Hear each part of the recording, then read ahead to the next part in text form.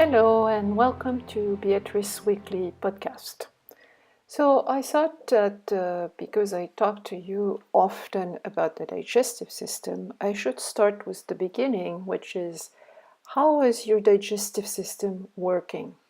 What is it doing? So I'm going to do a little 10 minutes physiology class here. Your digestive system starts with the mouth. The digestive system is actually a long hose. It starts at the mouth and it finishes at the anus. So at the mouth, we have teeth and we have gums and we have saliva. So the very first thing that needs to happen if you want to digest correctly is to masticate. You need to masticate and you need to salivate in order for the food to start to be broken down. There are enzymes in our saliva that helps to do that. And also in the mouth, with our saliva, we have a flora. I always talk about the gut flora, but we also have a flora in the mouth, and this flora is actually helping the digestion process. The flora also help to fight bacteria, viruses, parasites, whatever could enter your mouth by mistake is already taken care of, eventually killed by the acidity, the pH of the saliva. So that's the very first thing. And then, of course, for your teeth to do the proper mastication job, then you need to have a good occlusion.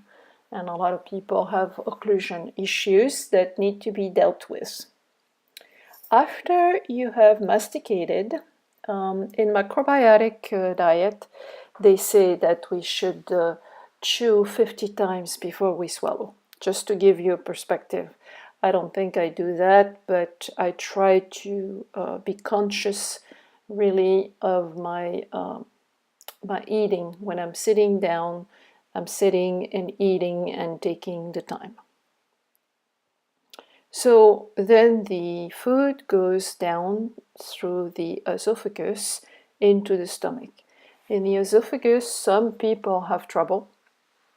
They have trouble with the muscles that control the esophagus, which sometimes gets stuck, and it really hurts, actually. The feeling is like you had swallowed a pill and the pill is stuck in your esophagus. So it's really painful and not so easy condition to treat. It happens most often with elderly. If everything goes down well, goes down to the pipe, then it goes into your stomach. In the stomach, we need hydrochloric acid. The stomach needs to be acidic in order to break down the food. If your stomach is not acidic enough because you're taking anti-acid pill, proton pump inhibitor, or Tums, or whatever, or maybe because you're stressed, then your food cannot be broken down into smaller pieces, and it will create more digestion trouble down the line. Eventually up the line also, so it can give you acid reflux, it can give you burping, irritation, etc. The stomach needs to stay acidic. The stomach also secretes enzymes, and it turns the food like a tumbleweed. It turns the food like a washing machine for several hours.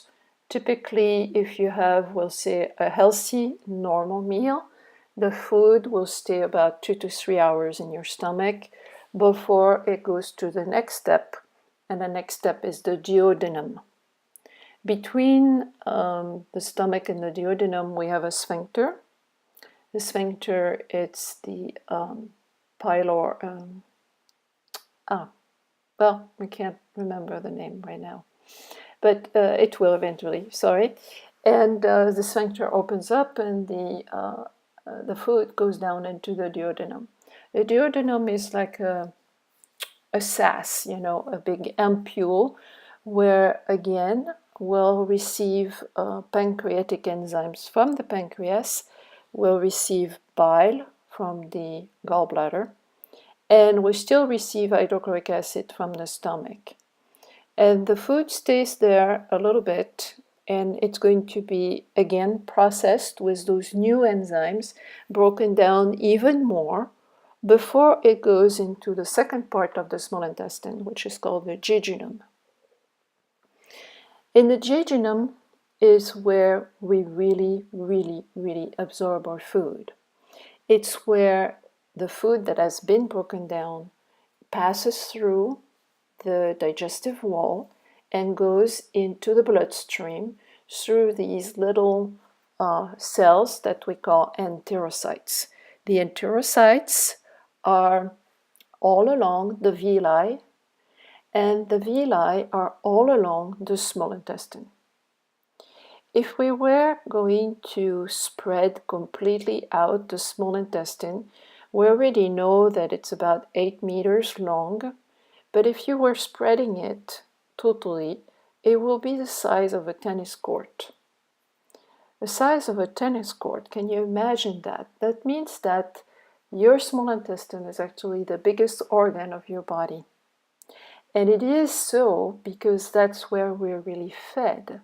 That's where we're really absorbing all the nutrients that we need in order to live, to survive, to rejuvenate, and to eliminate. So this is a crucial area. These 8 meters long look like a twisted brain, but and we don't necessarily have a lot of testing to go look in there to see what's happening. When you do an endoscopy, they go look at your stomach, eventually your duodenum. No more than that, no further than that. When you do a colonoscopy, they go look at your colon. But nobody looks at your small intestines. And this is a crucial area. That's really the key to your entire health. There's not a lot of tests that can be done because we can't access it. It could be biopsied. That's usually what is done when we're suspecting celiac disease, but it's a biopsy that requires full surgery because they have to cut you open and dig a hole. So it's not easy to assess the function, the proper function of the small intestine, although it is absolutely crucial and so important for our health. From this part, the food goes into the third part of the small intestine, which is called the ileon. And it's just a little piece, and this is to prepare the food to then pass into the colon.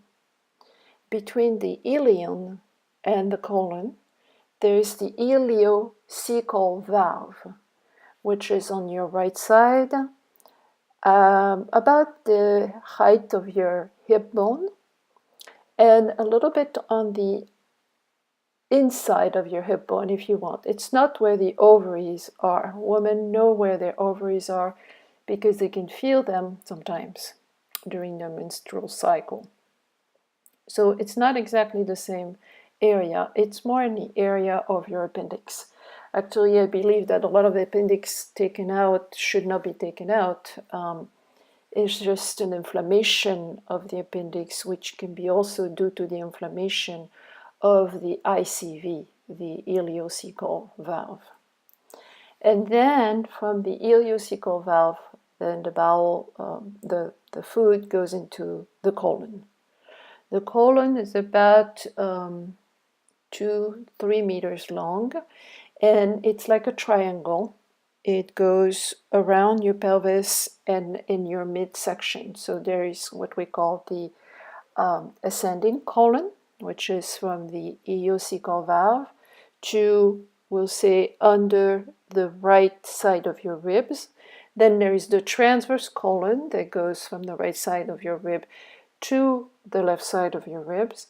And then there is a descending colon that goes from the left side of your ribs to the rectum.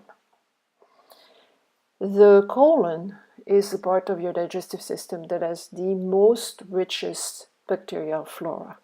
It's really a 31 flavor plus in there. We have millions, trillions of bacteria. We don't know how much we have. But these bacteria are absolutely essential and crucial to your entire health and your entire immune system. So of course there's a lot of things that can go wrong in the colon. It can be spastic, it can have a lack of peristaltis, it can have diverticulitis, it can have gas and bloating. All that is the reflection of a poor digestion and a poor digestive flora. And then from the end of the colon, it goes into the rectum. The rectum is called the ampule of the rectum. It's a big bulb. And then is the anus, where, of course, you defecate and you evacuate the stools. So this is your entire digestive system from the beginning to the end. You have to know that this entire digestive system is under the control of the central nervous system. And one part of the central nervous system is called the autonomic nervous system, which is on one hand the sympathetic nervous system, on the other hand the parasympathetic nervous system. And these two sides of the nervous system need to be in balance. When they are out of balance, you can have constipation or diarrhea, basically, or other digestion issues. It takes about between 12 to 16, 20 hours for the food to go from your mouth to your anus. This is normal time. If it's less than that, even we'll say from 8 hours to 24 hours. If it's less than that, then the food doesn't have the time to be absorbed. At least the nutrients don't have the time to be absorbed. And if it's more than that, then it's called constipation, where the stools stagnate in the colon and you have all the unpleasant effects that you have with constipation, of course, which I have talked about last week. So I refer to you to that other podcast that I did previously if you want to know about constipation. Okay, so that's a little physiology, anatomy of your digestion, like your digestive system. I think it's very important to understand if you want to resolve any of your health issues, to understand how your digestive system is working. So there you have it. I wish you a wonderful week, and I hope to see you next time. Please give me a thumb up if you like this podcast, and don't hesitate to share on the social media or with friends. I wish you a great day. Bye-bye.